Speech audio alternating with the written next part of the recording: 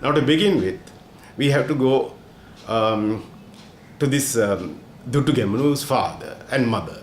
Now, interestingly, Dutugemunu's mother was an Indian princess. There's a bit of a story about that, but let's just keep in mind the fact that she was an Indian princess.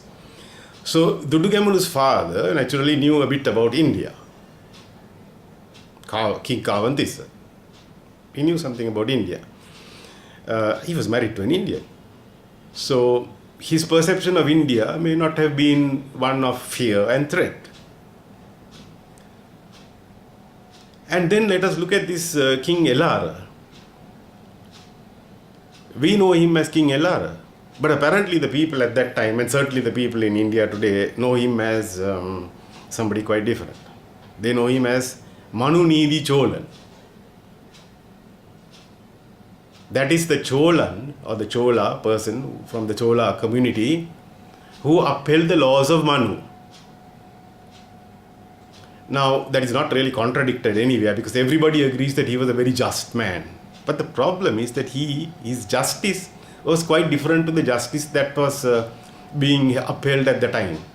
In his justice, everybody was treated equally. And it is very clearly illustrated in the story of the king and the cow. This king, Manunidi Chola, he had installed a bell near his castle and instructed his population that if anybody saw any injustice occurring, to come and ring the bell and that he will come and attend to the matter. One day the bell rang and he came out to see what was happening, and there was a cow ringing the bell, with its horns. The king was a bit perplexed and he asked the people, what is wrong? What happened? Why is this cow ringing the bell? And they said, Your Majesty, your son. My son? What did my son do to the cow? Your son, with your armed forces, was driving his war chariots around the city streets, and the cow's calf was run over by his chariot. The king was astounded. His son had been conducting races, not motor races, chariot races. With whom? With the armed forces.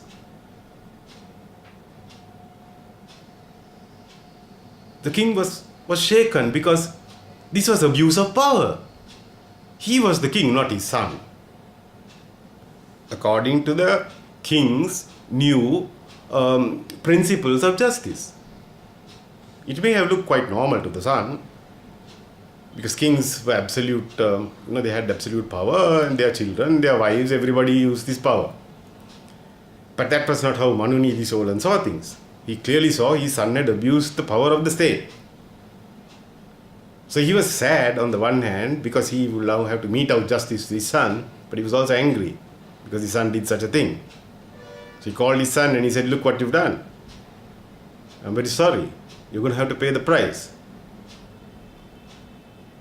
The courtiers nodded their heads and said, yes, he will have to pay the penance that the Vedas prescribe for those who kill cows. The king told them, this has nothing to do with the Vedas.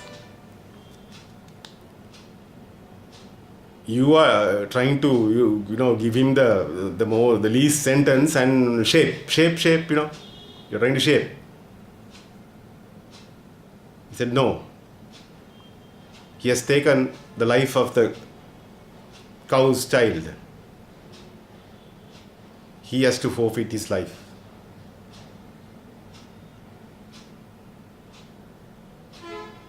No. And he said, he ran over the calf. He shall be run over by the same chariot. Nobody was willing to do that. Everybody refused. So the king took the reins of the horse and ran over his own son with the very same chariot that had run over the calf of the cow. Now, this may not be true, but this is an illustration of the type of justice that was practiced by Manu Needi Chola.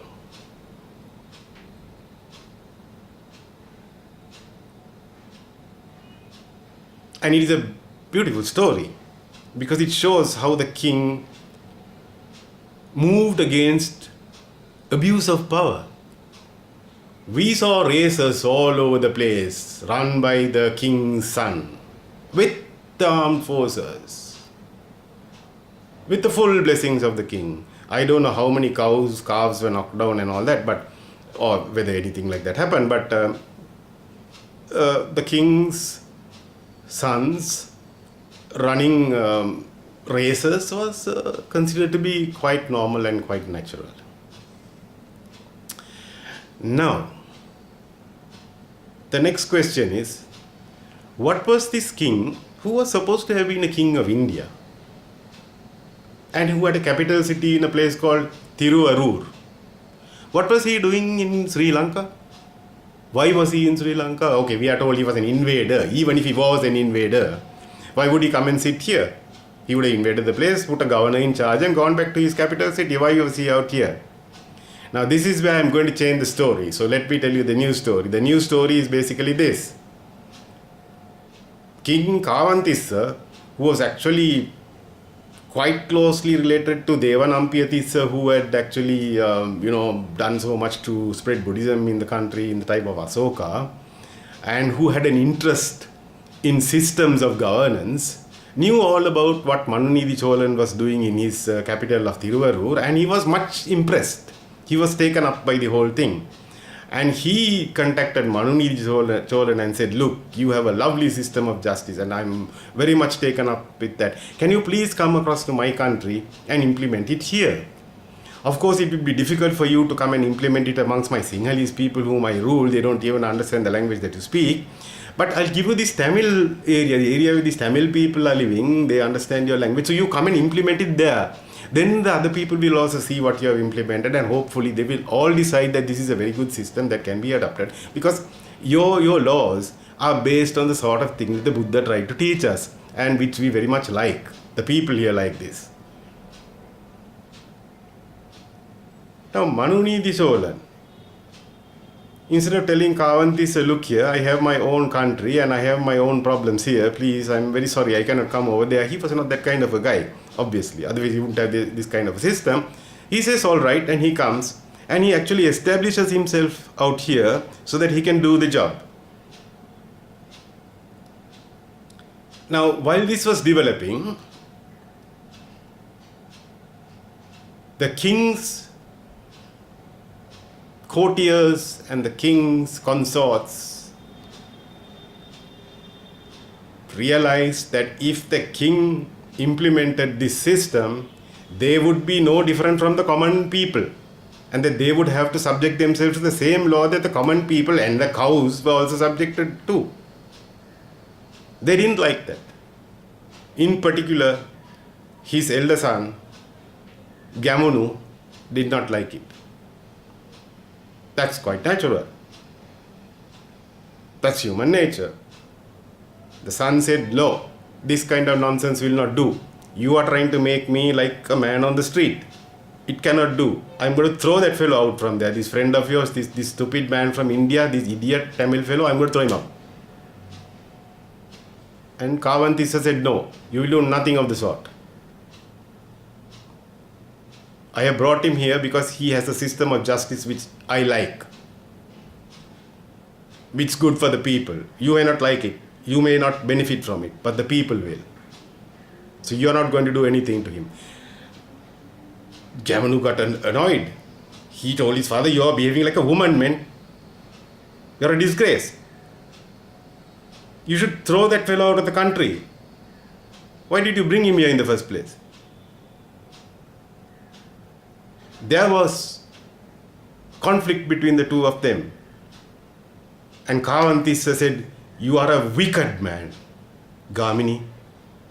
From henceforth you will be known as Dushta Gamunu. Wicked Gamunu.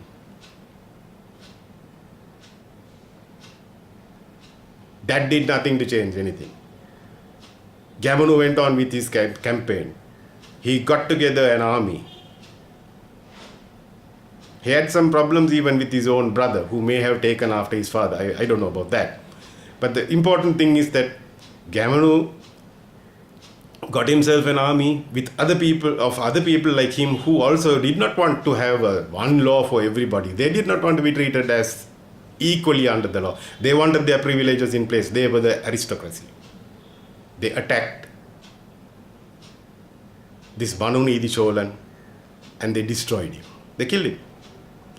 But the interesting thing is that the people resented this, because they liked this law. They liked the system of justice.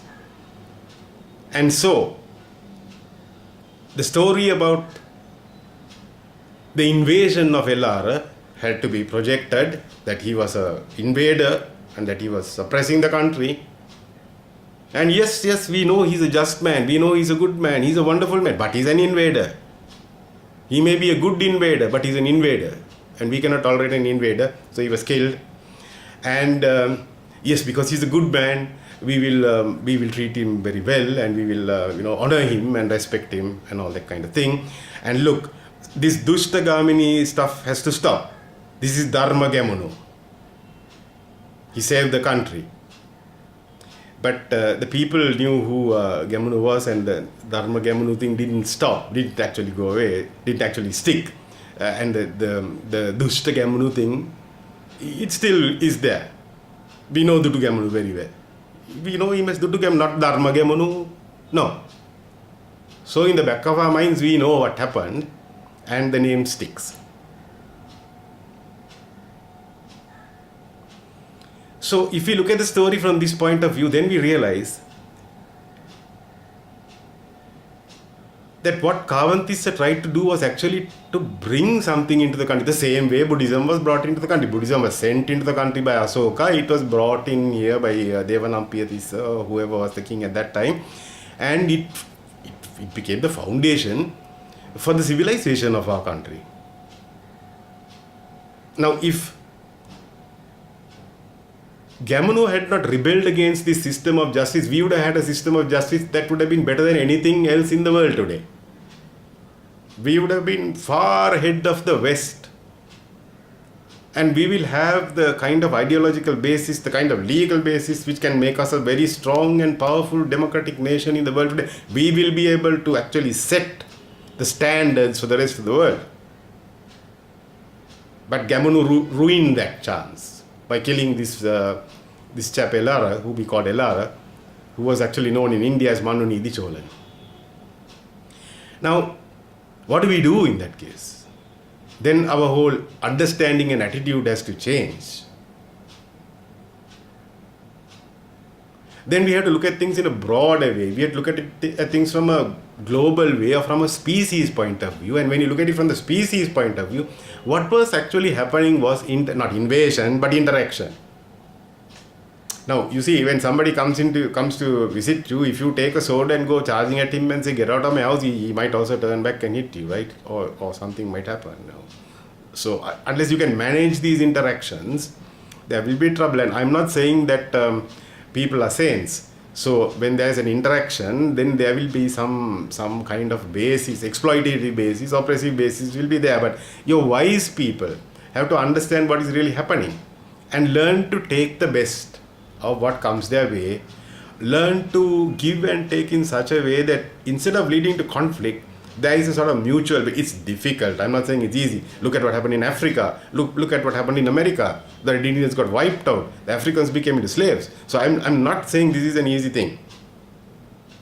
And I'm not saying that there are any glib answers. But what I am saying is this is what is happening.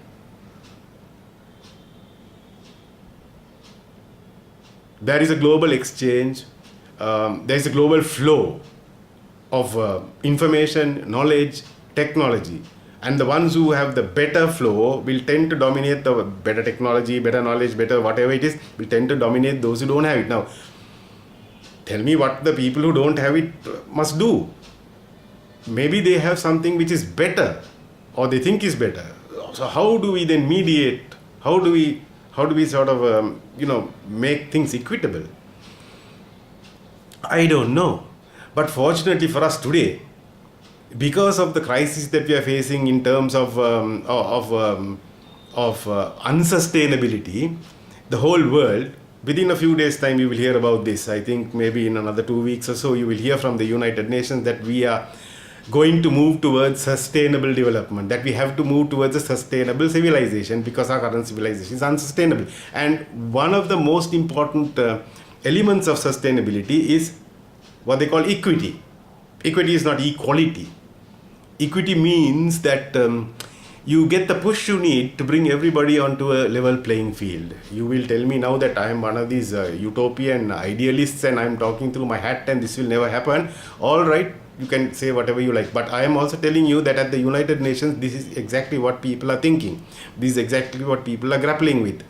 Equity is one of the things that they are grappling with. And resilience is another thing, because we know that we have disturbed the earth processes, and as a result, hazards are getting stronger, and hazard impacts are going to create more disasters, and therefore our infrastructure has got to be resilient. And in order to build resilient infrastructure, you need equity, and another thing that you need is inclusiveness. So you cannot have different ethnic groups all fighting with each other. You need inclusiveness because, quite simply, everybody has to get together in order to face the problems that are coming right at us. It's quite simple. It's not rocket science. Now, Sri Lanka also is going to have to learn that lesson. We are going to have to realize that we have to get together. And in order to get together, we've got to change the stories that we are telling each other, that we are teaching our children. These stories which cause conflict have to be changed into stories that actually bring everybody together and create unity, unifying kind of stories. And changing these stories is what we call changing the primary formative processes. Human beings are plastic kind of creatures, so they become what you make them.